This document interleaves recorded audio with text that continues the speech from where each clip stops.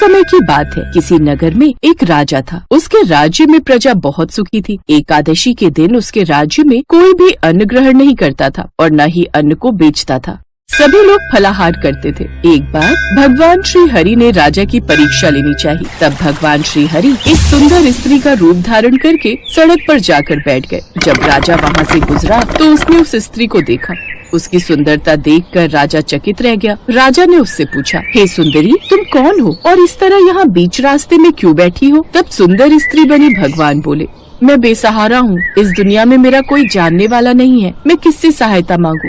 राजा पहले ही उसके रूप पर मोहित हो चुका था, तो उसने उस सुंदरी से कहा, तुम मेरे साथ मेरे महल में चलो और मेरी रानी बनकर रहो। ये सुनकर वह सुंदरी बोली, मैं तुम्हारी बात मान लूंगी, पर तुम्हें इस राज्य का अधिकार मुझे सौंपना होगा। राजा उसके रूप पर मोहित था, इसलिए उसने इस सुंदरी की सभी शर्तें स्वीकार कर ली और उस सुंदरी को अपने महल ले गया और उससे विवाह कर उसे रानी बना लिया। अगले दिन देवउठनी एकादशी थी। उस सुंदरी ने सभी को आदेश दिया कि बाजारों में बाकी दिनों की तरह अन्न बेचा जाए।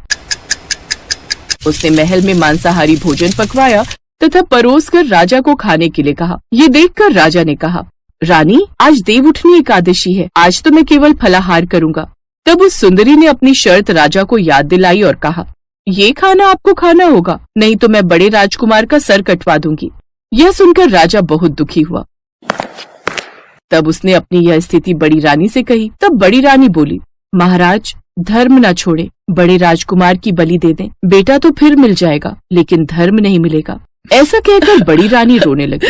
तभी बड़ा राजकुमार वहाँ आ गया। बड़ी रानी की आंखों में आंसू देखकर राजकुमार ने अपनी माँ से रोने का कारण पूछा। तब बड़ी रानी ने राजकुमार को सारी बात बता दी। इस पर राजकुमार बोला, मैं सिर कटवाने के लिए तैयार हूँ, पिताजी के धर्म की रक्षा जरूर होगी। राजा दुखी मन से राजकुमार का सिर देने के लिए तैयार हो गया। तब उस सुंदर स्त्री के रूप में भगवान विष्णु ने प्रकट होकर असली बात बताई और कहा, हे राजन, तुम इस कठिन परीक्षा में उत्तीर्ण हुए हो। भगवान ने प्रसन्न मन से राजा को वर मांगने के लिए कहा। तब राजा बोला, हे प्रभु, हमारे पास आपका दिया सब कुछ है, आप हम पर अपना आशीर्वाद बनाए रखें और हमारा उद्धार करें।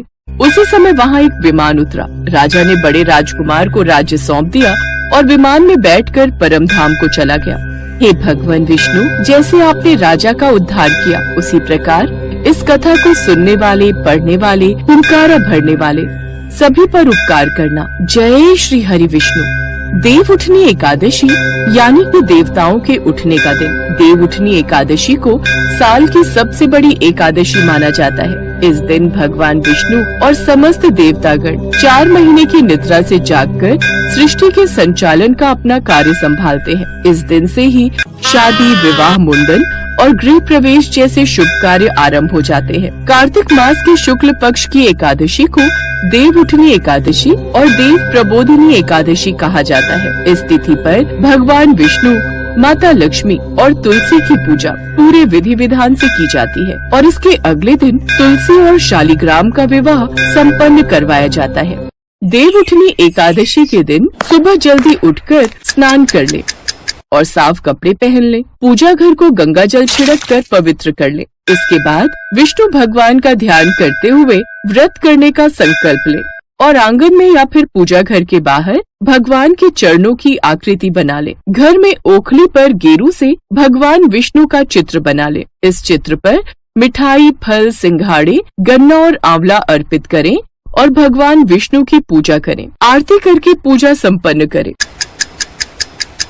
दीपावली की तरह इस दिन भी रात को पूजा स्थल और घर के बाहर दीपक जलाने चाहिए और घर के सभी सदस्यों को भगवान विष्णु की पूजा करनी चाहिए। उसके बाद रात में भगवान विष्णु का आह्वान करके उन्हें जगाएं। शंख और घंटी बजाते हुए यह कहें, उठो देवा, बैठा देवा, आंगुरिया चटकाओ देवा, नई सूत नई कपास, देव उठाए कार्तिक मास।